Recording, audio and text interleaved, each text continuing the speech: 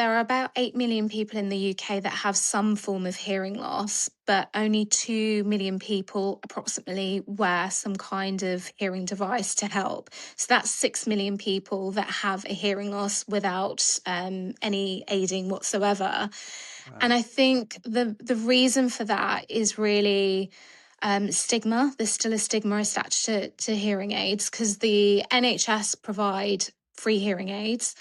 The private sector have a whole host and array of different styles, types, whether they're invisible, whether they're the most sophisticated available, yet the uptake is still quite low.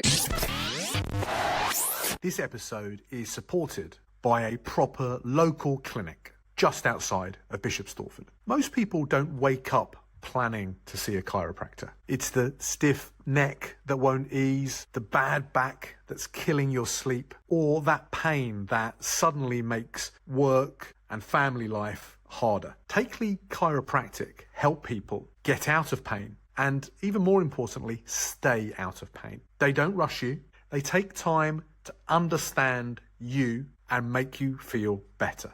They want to understand what you want to get back to doing, whether that's work, sport, or just spending time with your family. They're a local team, highly qualified, and recently they won an award for outstanding patient care. Have a look at takeleychiropractic.co.uk and see what they're all about.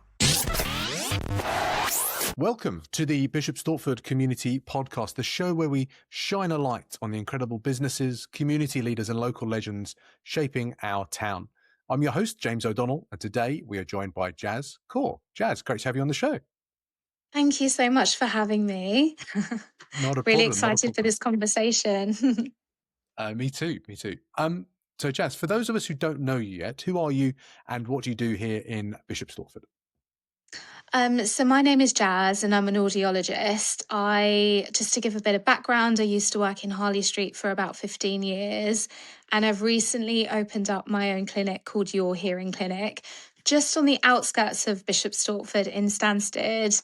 And we've recently celebrated our 1-year anniversary, which is really exciting for us, a big milestone. But we're a private hearing care practice and we do anything to do with ears effectively. So that's private hearing devices. We are completely independent. So we do the completely invisible devices all the way up to the most sophisticated devices available. We do diagnostic testing, so hearing tests. We work alongside ENT consultants and GPs, although patients can refer directly into us. We do wax removals, ear impressions. So, for example, people that have problems when they swim and get water in their ear, we can take impressions for that. If you've got a partner that snores, we also make plugs for that, and musicians' hearing protection, where it reduces the volume and keeps the clarity, and also tinnitus assessments as well. Wow.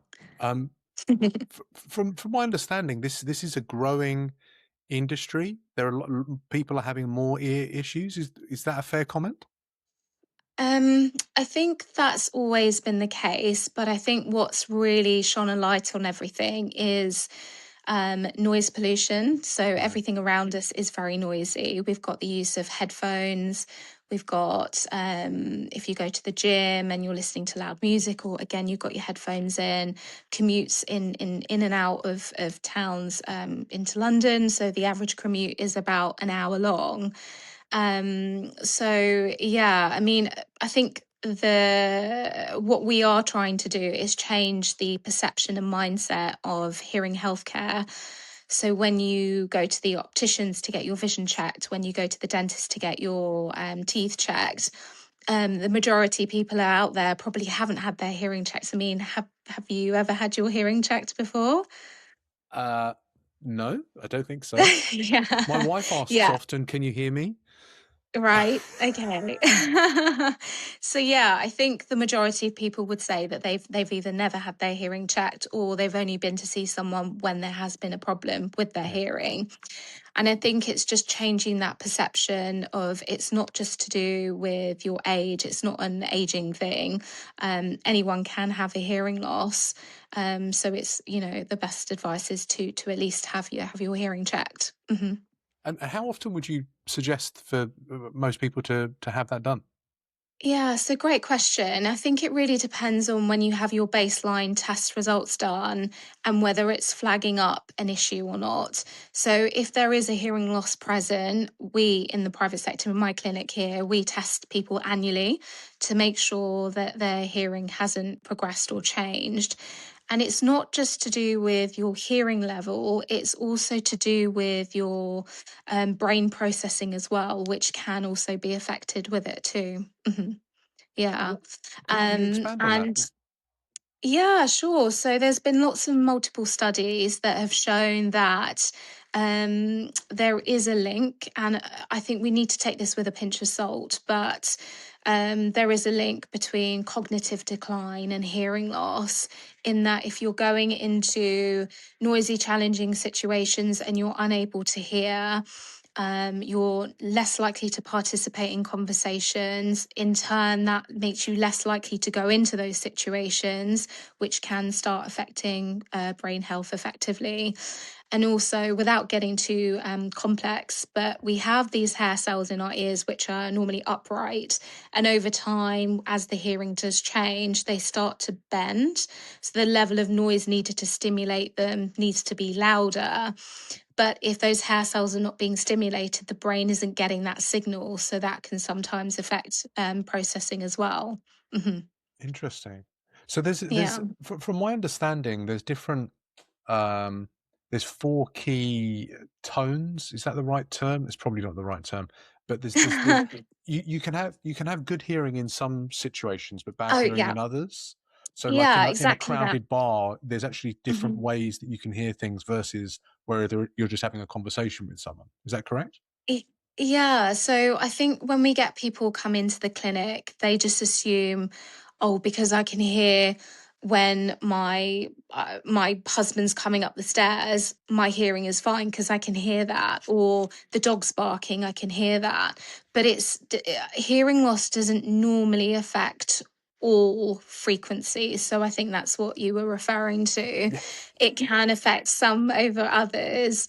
I know that wear and tear over time does tend to affect the clarity of speech, which is in the high frequency range. So people will feel that they can hear but not understand what's being said because it's the clarity that begins to be affected. Mhm. And I can see how that might impact your kind of mental well-being, because if you can't hear people in a crowded environment, you would therefore less likely to go to that crowded environment. So you're then less likely to socialize, which is a Mhm. major problem for your mental well-being, not being able to socialize with people, so that you might then isolate a little bit. So Yeah. how can we, is there kind of hearing health um, uh, methods that we can follow to try and protect our hearing in those kind of situations? Yeah, well, James, there are about 8 million people in the UK that have some form of hearing loss, but only 2 million people approximately wear some kind of hearing device to help. So that's 6 million people that have a hearing loss without any aiding whatsoever. And Wow. I think the reason for that is really stigma. There's still a stigma attached to hearing aids because the NHS provide free hearing aids. The private sector have a whole host and array of different styles, types, whether they're invisible, whether they're the most sophisticated available. Yet the uptake is still quite low. And I think when people think about hearing aids, they think of age. They think, oh, it's going to make me look old. Or my grandparents used to wear them and they used to whistle all the time and they never got on with them. And, I think there's so much negativity around it. But actually, it's an exciting, it makes me sound quite sad, but it's an exciting time for hearing aids because there's artificial intelligence within them. You can connect them to your phone, so you have apps that you can stream calls and music directly into the hearing aid. So it's less hearing aid like, but more like a gadget, if you will. And I think what I want to say to people that might be listening to this, does it make you look older not having hearing aids, but to keep saying to people, pardon, what did you say, and stopping conversation? or does it make you look older? Having devices in which are generally quite discreet if that's something that you're concerned with, but you're now able to participate in conversation and without, being left out. Yeah, I completely understand this as a conversation. My grandparents had very bad. They're no longer with us. Had very bad hearing, and they would sit in their living room trying Mm, to talk to each other, going a a yeah. all the time. And my Hmm. grandmother, in particular, we would always suggest, getting a hearing aid, but she had this perception based on mainly comedy sketches, probably from the 70s and 80s, that Mm, were negative around hearing aids, and also they were very bulky, hmm. back in the day. And she had this massive stigma about even getting one. And my suggestion to my mum about this is that, like, they obviously need it. Why don't we all get them as a way of kind of dispelling the stigma around it? Mm, But it's a real problem. The way I look at it, I'm a bit like you, I think, Jazz, is that I'm quite into technology. I look at this as a mhm, kind of bionic improvement that you can make to yourself to support mm, something that otherwise might be failing, to help you enjoy your life more. If I get one, which I mm, probably will do at some point, because as the numbers you're talking about there are pretty huge. It's probably likely that mm. I'm going to need one. I'm going to get a luminous one, if that's possible. To make it as a thing that I'm wearing. It's an Yeah. extra cool, like, bionic advancement that I've got compared with other people. I don't think I'm typical. Well, In that.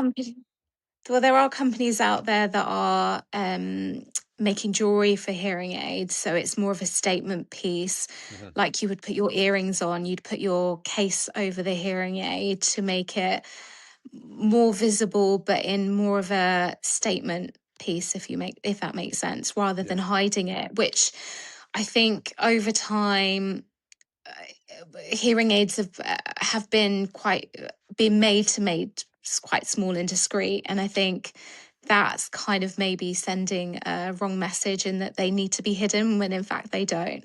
And the majority of people that get invisible hearing aids go and tell everyone, look, I'm wearing a hearing aid, but you can't see it. So yeah, the psychology of that is crazy, but amazing. Yeah, I think it's just going to take time, but I think awareness and education is vital for that. fantastic. Well, hopefully by us having this conversation, and I'm guessing more Mhm. people are having this conversation because of social media. There's going to be some influencers out there that are going to hopefully be talking about this kind of thing. That more of us Mhm. are less stigmatized by it and Yeah. can embrace technology and help support our quality of life. Are there Mhm. any other things around hearing you think is important? I'm thinking particularly for parents at the moment. My son Mm. has had grommets put in because of glue Okay. ear, and has to swim with as you said, the plugs in his Yeah. ears now to protect his ears. And the amount of parents I speak to that are kind of going through this, is there Mm. anything that we need to be more aware of, or steps that we should take to try and protect our children Yeah. to protect their hearing for their lifetimes? So, with children, they often do develop cold congestion, and we have a tube in our ear which helps equalize pressure in our middle ear. And when we have a cold or congestion, that tube can't always open and close and get rid of that fluid how we would want it to, because it's more horizontally placed in children. As we become adults, that becomes more vertical and it's less of an issue. But the thing with children is it can affect speech delay. It can affect schooling generally as well. I think teachers generally tend to be a lot better to flag things up if they are, if they feel that there might be an issue. But if you've ever noticed that after your child may have had a cold, that you're calling them, they're not really listening to you, then it might be worthwhile going to get that checked. Hmm. Yeah, yeah. We were torn between it being a behavioural issue and Hmm. a hearing issue, because we were having to Hmm. raise our voice louder and louder and louder. Hmm. Um, and yeah, he eventually had grommets, which was it was great. But then the other day, Yeah. his grommet fell out at school. I don't know Yeah. if you've ever heard of Right. that before. It was an interesting conversation with the teacher Mm. when that happened. That's fantastic. What general advice would you give to people that are out there? You've spoken about us having our hearing checked more often, Mhm. but is there anything Yeah. that we can do to protect our hearing before coming to see you, Jas? I'm trying to put you out of Yeah. business. Great question. I think the only thing we can really do is be mindful about the noise exposure as a whole. I think again, more education needs to be done on this. And when I kind of found out about the guidelines of noise levels and what's safe and what's not, I was even surprised myself. So, just very briefly, in case it helps anyone, speech level the way I'm talking at now is around 65 decibels, and that's considered fine. I can talk day and night without affecting anyone's hearing. 85 decibels, which is kind of the threshold, is like a blender type noise. You can listen to that level of sound up to 8 hours a day for it being fine. Now, here's where it gets interesting because it's not just about the level of noise, it's also about the duration of how long you're exposing yourself to that. So every 3 decibels we're increasing, you halve the amount of time of noise exposure. So live music tends to be about 100 decibels. Can you guess how long it is until how long you can stay in that environment before it starts causing issues? But half an hour? 15 minutes. Whoa. Up to 15 minutes before it can start causing issues. So if you're thinking of someone that's got an hour commute daily, they're having to turn their headphones up because they're surrounded by noise to block that out. And then you've got your hour commute back. And then the same person goes to the gym, again wearing their headphones, pumping the music up because of the background noise around them. They're probably overexposing themselves. And this is for the day's use of it. So, yeah, I Do, think we need more education on that, yeah. really. Do you think that because of the amount, you're describing a lot of people now that are Hmm. using headphones, like what Hmm. I've got now, in ear headphones, Hmm. loud, because you're on the tube, you can basically not hear a thing unless you're turning it up to 11. Hmm. Is this going to mean that there's going to be some kind of epidemic of hearing loss over the next 10 years or so, as young people that have been doing this on the tube for their entire working lives all Hmm. of a sudden are just going to hit the wall? I don't think it's 10 years. It's already happening. It's already happening. So Wow. we're seeing a lot of people where we wouldn't expect them to have a hearing loss. There's no reason that they should have a hearing loss, but we're seeing a typical pattern that we tend to see on hearing tests, which is showing it's noise induced effectively. So again, when we go to gigs or concerts, we want that noise and that's what people want. But the alarming thing is I get a lot of people that come into the clinic to say, oh, that ringing you get in your ears after a gig. Ugh, that's not normal. That's not what we would expect. And that's a telltale sign, actually. You're exposing yourself to sounds that are too loud. Yeah. Wow. Okay. Well, Hmm. hopefully, people now know that where you are and what you do. Hmm. I feel like this is going to be a growing, as you say, a growing issue, if it's not already. And Hmm. hopefully, with your advice and some of the support that you can have, that people can look to uh, overcome Hmm. some of those issues and maybe avoid them Yeah. based on what we've spoken about. Um, Mm. you'd put out some fantastic content, Jas. Where's the best place for people to follow you online and see everything that you're doing and maybe Yeah. book in to come and see you as well? So I'm on most social media platforms. TikTok, not so much, but growing.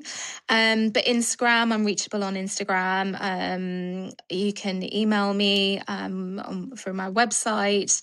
I've also started doing some podcasts as well called The Listening Lounge, where we'll sit down with experts in different fields of audiology and have discussions about hearing health in general. But yeah, to answer your question, I am available everywhere. So you can just Google my name and hopefully I'll pop up. Fantastic, fantastic. Well, what we'll do, we'll put links to your website and also your main social media channels on the show notes. So if anybody wants to follow along, they can, or share your details with their kids or their family members as well. Because hopefully, by more people talking about this and sharing the issues, hopefully that will be able to protect more of us. Thank you so much for that, Jas. It's been really good talking to you about that. Are you ready for some Stortford Spotlight questions now? Go for it. Excellent. These are 3 fast questions that we ask every guest that comes on Yeah. the show. First question. If you could put one sentence on a billboard in Jackson Square, what would it say and who do you think needs to hear it the most? I think I'm going to keep it hearing related, but it would be, when did you get your last hearing checked? And I think that's quite direct and to the point. And I think the majority of people would say never. And hopefully that will make people aware that actually hearing healthcare is so important. It affects not just yourself, but loved ones around you as well. So yeah, it's always good to get it checked. Excellent. Do you find families coming in to have their hearing test all together? Is that a thing? Yeah, husbands and wives that are often saying, "You didn't hear me," or "You never hear me, you never listen to me." So I think I've probably saved a few marriages. What a claim. What a claim. Fantastic. Okay, question number 2. Where do you Mhm. go in Stortford that you secretly hope never gets too popular? Oh, okay. I think it is already popular. Outskirts of Stortford, but I would say Home and Eat. When I first started going to them, they used to sell, it was very eclectic in there. They sell a lot of hot tubs, a lot of homeware. And then they've kind of turned it around that their small cafe at the back got quite popular. And now it's obviously, the majority of the space. The space is obviously great in that they have lots of live events and, events in general. And I think it's really quirky. If you want something nice to eat, you can be casual, you can be a little bit more formal in there. And yeah, it's a great spot, I think. It's very unique in its own right. So It, yeah, Home and Eat. it is absolutely unique. I've never seen anywhere else like it. I think it's Yeah. fantastic. And you know, if you've never been there, just go there because it's mind-boggling the eclecticness of it. You think, oh, eclectic. Oh, yeah, I get it.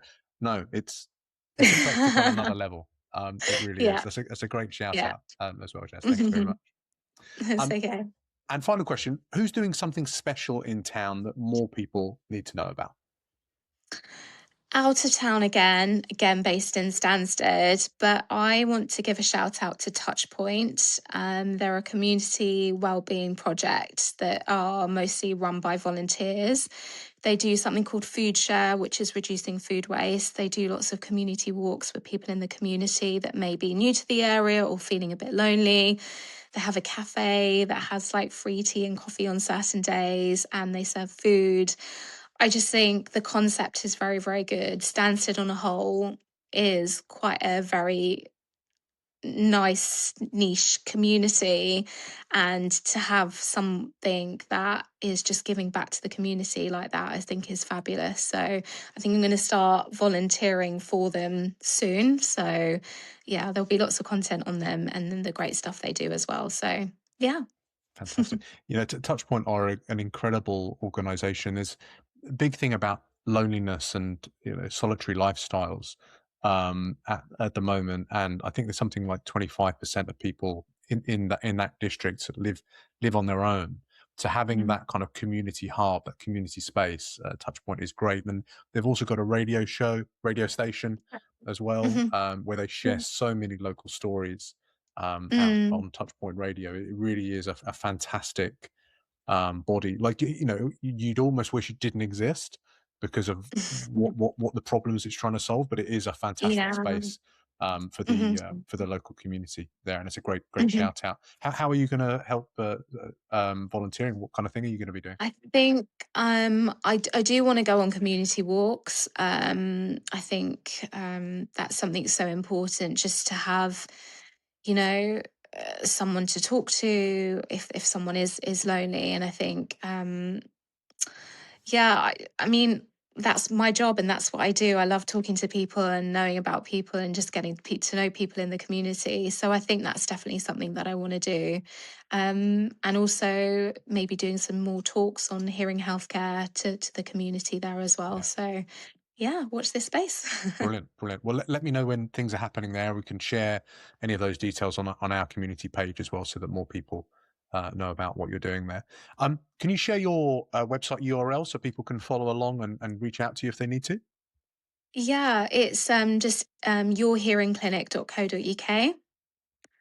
Fantastic. Well, we'll link to that in the show notes along with all your social um, handles, so people can follow along and see everything that you're up to, Amazing. Jas. But that's it. That's a wrap. Thank you so much for joining us today on the Bishop Stortford Community Podcast.